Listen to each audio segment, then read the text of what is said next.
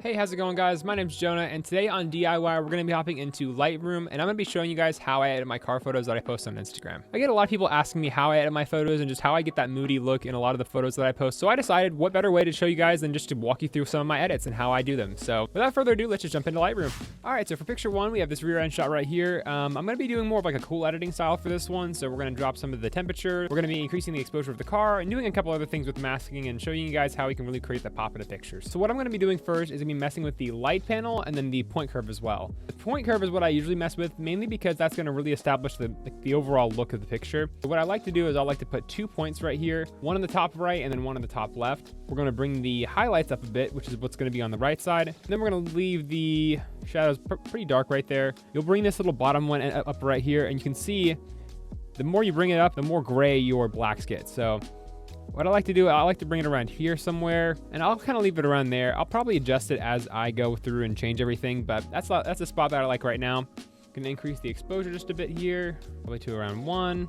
We'll also increase the contrast up, and then you can see here the highlights are a little blown out right there. So what we're gonna do is we're gonna drop the highlights down. Let's just say around like -10 or so, -15. There we go. So it looks a little better. Not everything is blown out as much. And then I'm missing some details. So what I'm going to do now is I'm going to increase the shadows just a little bit. You don't want to overdo the shadows because then it doesn't look as realistic, because in a darker setting like this, you do need some shadows. So we'll bring it up around like +17, +18. That looks good right there. I don't really like how there's too much yellow in this image too. I wanted to create a more moody look. So what we're going to do is we're going to drop the temperature down. We're going to bring it around 4750 or so. That looks pretty good there. Now, again, keep in mind, we haven't messed with these color sliders yet. It looks very blue right now. We're gonna take some of that blue out, and I don't think I'm gonna be messing with the saturation overall. The overall saturation you can mess with, but again, I like to use masking, and I also like to use these color mixer sliders right here to fine tune my color adjustments and all that. So we'll just leave the saturation to that. So what I do like about this image is how vibrant and bright these taillights are. We're going to bring that up even more. We'll bring it up to around, let's say, +40. It's very bright, but I'm honestly okay with that. It kind of looks nice. We'll also bring up the luminance a bit, mainly because if you see as I do this, the reflection in the background with the red taillights hits that concrete really nicely, and I think it looks really good. So we'll bring it around +30. Bring it to +25 actually, because it's kind of bright. But now you can see, yeah, it's really popping on the back, and so is the tail light. And that's especially important whenever you're doing these nighttime pictures or dark pictures, because a lot of the time these dark pictures aren't received that well. All right, next we're going to move to the blues in my image. Again, I don't really like how much blue is on the car here. So what we're gonna do now is we're gonna bring that to -50. -50 is a safe bet. If you have a black car and you don't want too much blue in your images, bring it down to -50 and see where that brings you to. If you don't have a black car, this may not be necessary, but for us using a much more cool temperature color right here, I'm gonna bring that to -50. If you wanted to, you could do it more. You can see it just comes even more desaturated, but I kind of like the contrast and the play in colors between the red and the blue here, so we're gonna leave it at -50 for this one. One thing I also like to do is the cyan color right here. I'm gonna bring that into like -80. I don't really think there is much of this color in the actual image anyways. All right, so now that I've done the color adjustments that I see fit, it's always worth checking into these colors that you may not think are actually in your image. For instance, we have purple here. Now, it doesn't look like there's any purple, but if we bring up the saturation to 100, you can see the purple starting to come in here. So this is more closely to the blue in that area. So what I'm gonna do is I'm gonna match it to -40, or I'm sorry, -50. And you can see it just kind of, it's not really noticeable, but it kind of blends in with the desaturated blues over there. And then the pink is also more closely related to the red. If you zoom in here, it's very small, but you can kind of see some spots here. That's because Adobe thinks that those are pink hues. So what we'll do is you'll kind of see that there. We'll bring that up to what do we have red at? We'll bring it up to +40 as well, because it's never gonna hurt to bring those up as well. And yeah, we're just gonna bring that up to +40 to match the red, along with bringing up the luminance a bit, so it's just more of an even blend. So we're gonna move on to the effects panel, which is gonna be covering texture, clarity, dehaze, and vignetting. Clarity, you're gonna see people use a lot. See, as I increase it, it becomes more that like HDR look. You can really overdo this a lot of the time. I wouldn't go anything above +20. I want it to be very clear in this image. So what we're gonna do is we're gonna bring the clarity up to +18. That's a bit high for me normally, but you know, maybe we'll go down to +15 right there. That's still realistic looking, but it's not, you know, too much. So we're gonna leave it at that. Vignetting is going to be that like dark corners in your image. This is helpful whenever you want to draw more attention to the main point of your image, mainly because it's going to darken those corners and just allow your eyes to attract towards the middle of the screen. So for this one, it's more of like a moody picture, like I said. So we're gonna bring it around like -10, and we're gonna see how that looks. It's not really noticeable to the, you know, when you're just scrolling through or you're just looking at it, but it is very helpful in just bringing your eyes to the middle of the picture. And for sharpening, I don't normally do too much with sharpening, honestly. With this one though, it could be a little more sharp. So what we're gonna do is we're gonna bring it up to around 70. Masking is just going to eliminate certain parts of the image that are being sharpened. So we'll leave usually around 50 to 70 is where you want it to be at to make sure you get the lines of the car sharpened, but not everything else. Sharpening around 70, you can go a little higher if you want. And then masking, we'll do 50. Okay, next I'm going to denoise my picture. I don't do this all the time because it's not really necessary, but for this one, since I was shooting at a high ISO, we're going to use the noise reduction right here on the right. Now, if you're not on desktop and you're on mobile, like a phone, tablet, or anything like that, you're going to have a noise reduction little slider on the detail slide. Since I'm on desktop, I have the AI generated one, so I just press denoise right here and bring that to 30. Anything above 30, it's gonna like start to soften your image a bit, so just be careful when you use noise reduction. For geometry, I purposely kind of like angled this image kind of to the side. So usually what you'll do if you want to make sure you have a perfect level image, is go down to here on upper right, and then you're gonna press level or auto. Those are your two you wanna use, or you can just manually crop and straighten out your image. All right, so next we're gonna be doing the healing tool. After you've done all of these small adjustments on light, color, and all that, you're going to be doing now is just gonna be cleaning up your image and then fine tuning the spots you want to fine tune. The healing tool does a really good job at that. It is going to essentially just use AI to just mask and clean up some of the small things you don't want in your image. You can see here, I'm just kind of going through and spot cleaning up some small leaves on the ground that I don't want. And you're just gonna kind of go through and just get the image to a point where you think it's clean enough and then just kind of go on to the next step. All right, guys, we just got done healing my image. You'll see here, I went ahead and took out all the leaves on the bottom. I even cleaned up some of the spots on the concrete in the back wall here. And then I also took out some of the lights and the small points on the car here. I even took away my little windshield wiper blade cover. So you can see here, this is the after. And then this is the before. You can see it makes a big difference whenever I'm switching through. It just cleans the image up way more. So this only takes about 3-4 minutes to just go through and fine tune all the little spots in your car. Definitely recommend this step if you don't normally do this in your images because it'll take them to the next level. All right, guys, what we're gonna be doing now is masking. Now this is the last step I like to do. Overall, this is gonna be very important to do because it's going to allow you to fine tune your images like I said. So what we're gonna start off with, what I do on most of my images is going to be a linear gradient mask. And I'm just gonna drag the most bottom part of the image and I'm going to drop the exposure. Mainly because there's nothing really important down here. So we're just gonna drop the exposure down and then we're also gonna increase the clarity. Now doing so is, as you see I'm bringing it up, it's going to increase like the texture and the look of the gravel and pavement right here. Small touch that you see a lot of people will do in their photos. Next for my second mask, this is gonna be called dodging and burning. So dodging and burning is going to be selecting certain parts of your image and you're going to be controlling the exposure of them. So for instance, I want to bring up the exposure on my wheels. Essentially I just wanna make them pop a little more in this image. We're gonna just increase the exposure just a hair to the point where it's still realistic and it just catches the eye a little more. You could also do this by doing the highlights. So we increase the exposure by plus 0.44 here. We can just bring up the highlights a bit. There we go. My next brush, we're gonna be staying in the wheels. We're going to be using the brush tool. It'll work, there we go. And we're just gonna be painting in the caliper here. All right, so with the caliper brushed in, like you can see here, we're gonna increase the saturation of it. It doesn't really pop right now, and we did that for the wheels. So what we're gonna do is we're just gonna increase the saturation of it. Sometimes if it's not too in your face, I'll just bring it up by plus 100 saturation. And you can see there, it just pops a little more, which is what I wanted out of it. So that's gonna be another mask there. All right, and with that mask being done, the last one I really wanna do for this image is going to be doing a subject mask. It's gonna funk out probably because if it's a weird setup, but yeah, you can see here, it didn't really grab the car. So in a scenario like this, if you want to, subject mask doesn't work, you can just delete it like doing so here. And then instead, you can just use a radial gradient mask. And then you can just kind of create your own little sphere and circle and then adjust it around the car. And this will essentially do the same thing as a subject mask. What I want to do with this picture though, is I want to bring up the shadows a little bit on the car, just a little more so you can see that some of the smaller, finer details. Again, it's a dark image. We're going to bring it around like plus 19 and that should bring out all the detail I want to see in the image. And then we're also going to increase the clarity just a little more, plus 8, plus 10. That's totally fine to be around. And I think we're done with this image. So I'm really happy with this one. It's definitely more of a cool, sharp, and just more clarity boosted image. Super happy with it, and I hope you enjoyed this one. We're gonna move on to image number 2 now. All right, so photo 2 is something that I wanted to show you guys because I had a lot of fun editing this one. I went pretty crazy on the masking and kind of creating my own sunset.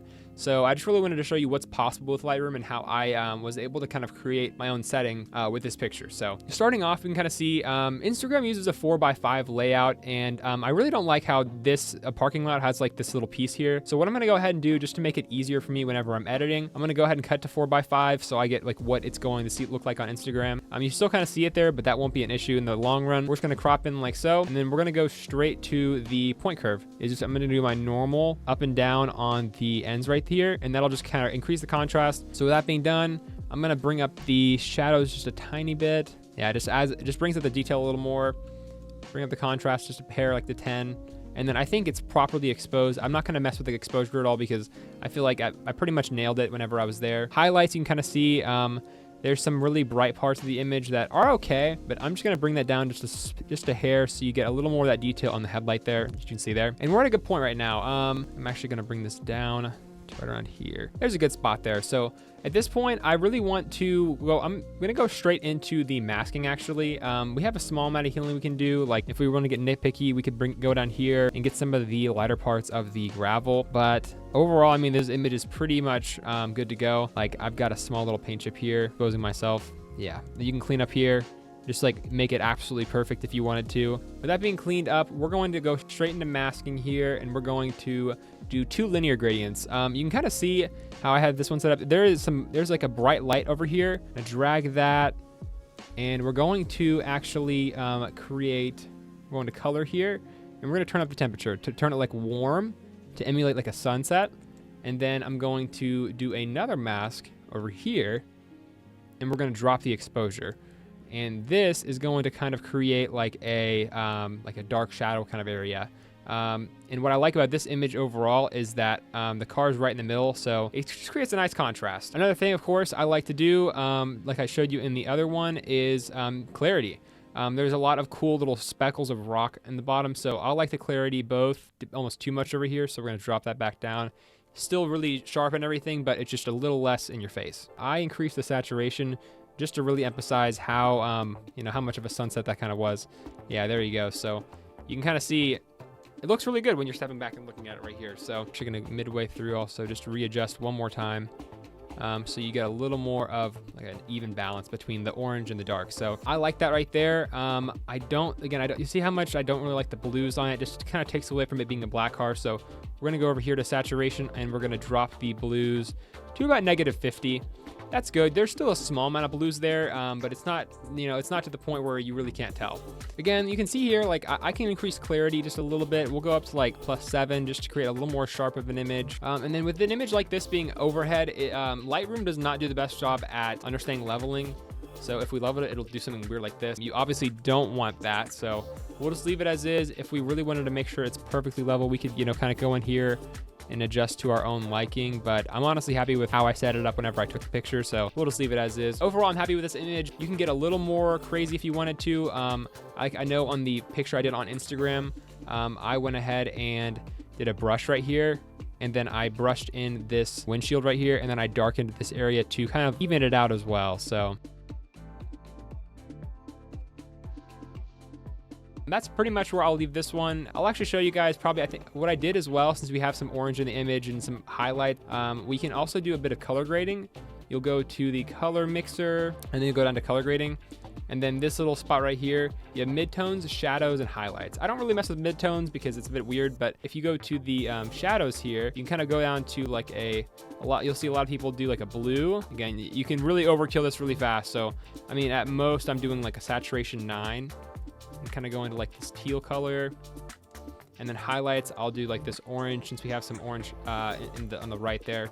So we'll go to like there, and highlights 10. So it's nothing too crazy, but if you see the before and after, it just adds a little more color to it. Honestly, bring that to like 2 or 3, because that blue is bright still. Yeah, I'm happy with that there. I wouldn't really change anything else about this image aside from just fixing my masking mistake, but you get the gist, and I'm happy with this image right here. So let's move on to picture number 3. For image number 3, we have a rear quarter shot. We have a harsh sunlight that you'll see a lot in my pictures, and this picture is in focus, but it is not like, when you zoom out, it's not fully like clear. So we'll be doing a bit of a different editing style for this one. Starting off again, of course, the point curve, it might be too much because that green is really harsh and the blue's really harsh too. Small pull up in the shadows. That's a good spot. Immediately, the blue is kind of crazy, especially for my Z right here in the background. So I'll probably drop it around 50 again. Because although I would probably drop it a little more in a normal scenario, the background of graffiti is kind of neat, and I like to keep some of the blue there. One thing I messed up on in this shoot was my white balance. I had it set to 4600, and it probably should have been closer to 5000. That looks a bit more natural. So I'm just gonna go ahead and bring that up to, that's a good point right there, like 5400. It's nice and warm. And I'm gonna go ahead and continue on with the color adjustments. The green's extremely harsh. We're gonna drop that down a little bit, probably around -50. Drop the luminance a bit, and then we're gonna also change the hue. Especially in these like warmer color shoots that I like to do with the like the sun and the dehaze coming through on the sky, I like to change the hue of the greens to more of like an orangish green. I just think it looks a bit nicer. Go up to the linear gradient. There's a lot of stuff on the bottom here. What I'll probably end up doing as well, after I'm done with this, we're going to probably crop in a little bit so we can kind of clean up the image a bit, because there is a lot of stuff on the lower portion of the screen here. Yeah, when I go up to clarity, like plus 50, you can like see all the the trash down here, which is not a great look. If you drop the exposure a bit, it helps, but we're just gonna go ahead and crop in here just to kind of clean it up a little bit. A little better. Yeah, it just cleans up a little bit there. Continuing on with the masking, we're going to go back to it. I'm going to show you guys what I do for the sky here. There's two little parts of the sky I really want to emphasize. You know what we'll probably just do is just a nice big circle. What we'll do here is we'll bump up the temperature.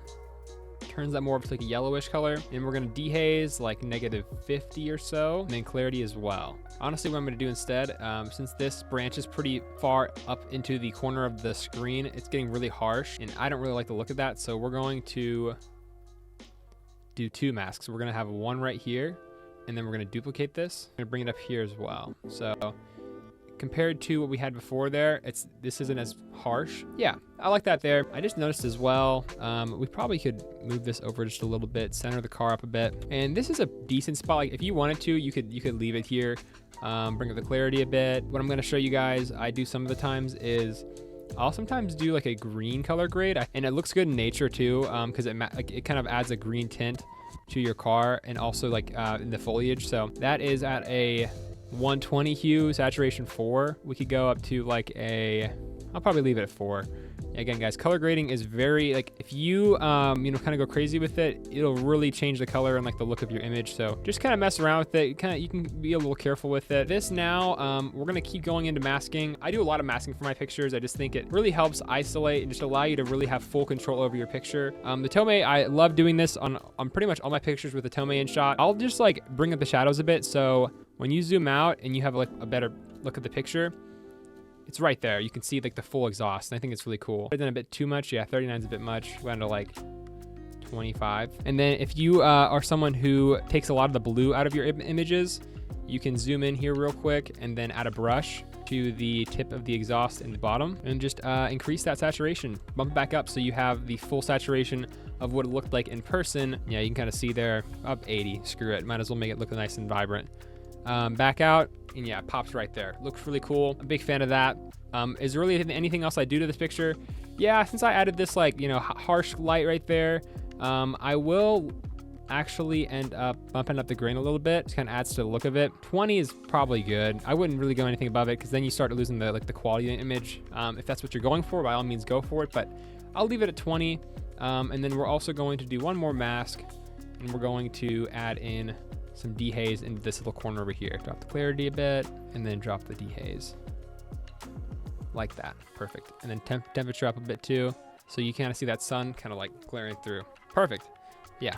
So you can see I have like tons of masks over here, but masks are really important to nailing that perfect look of an image. These pictures didn't have too much that needed to be done masking wise. So, sometimes I'll have like 8, 9. Overall, yeah, I'm happy with this picture, but overall I'm happy with this image. Some things I don't touch sometimes, like vignetting on some of my pictures, because just sometimes I just don't think they need it. A lot of the time you're gonna hear whenever you see people editing pictures is less is more. The more you do, the more unrealistic it looks. So just try and keep it simple, do some light color grading, do some small tweaks here in there, but just kind of try and find your style and just kind of go from there. This is mine. I hope you enjoyed it, and we'll just wrap this video up real quick. Well, guys, that's gonna wrap up this video on how I edit my pictures in Lightroom. If you found this video useful, you found some cool tips, leave a like down below and drop a comment on what you found useful, and if you are gonna implement some of these into your own editing style. Thanks for watching if you did to the end, and I will see you guys in the next one. See ya.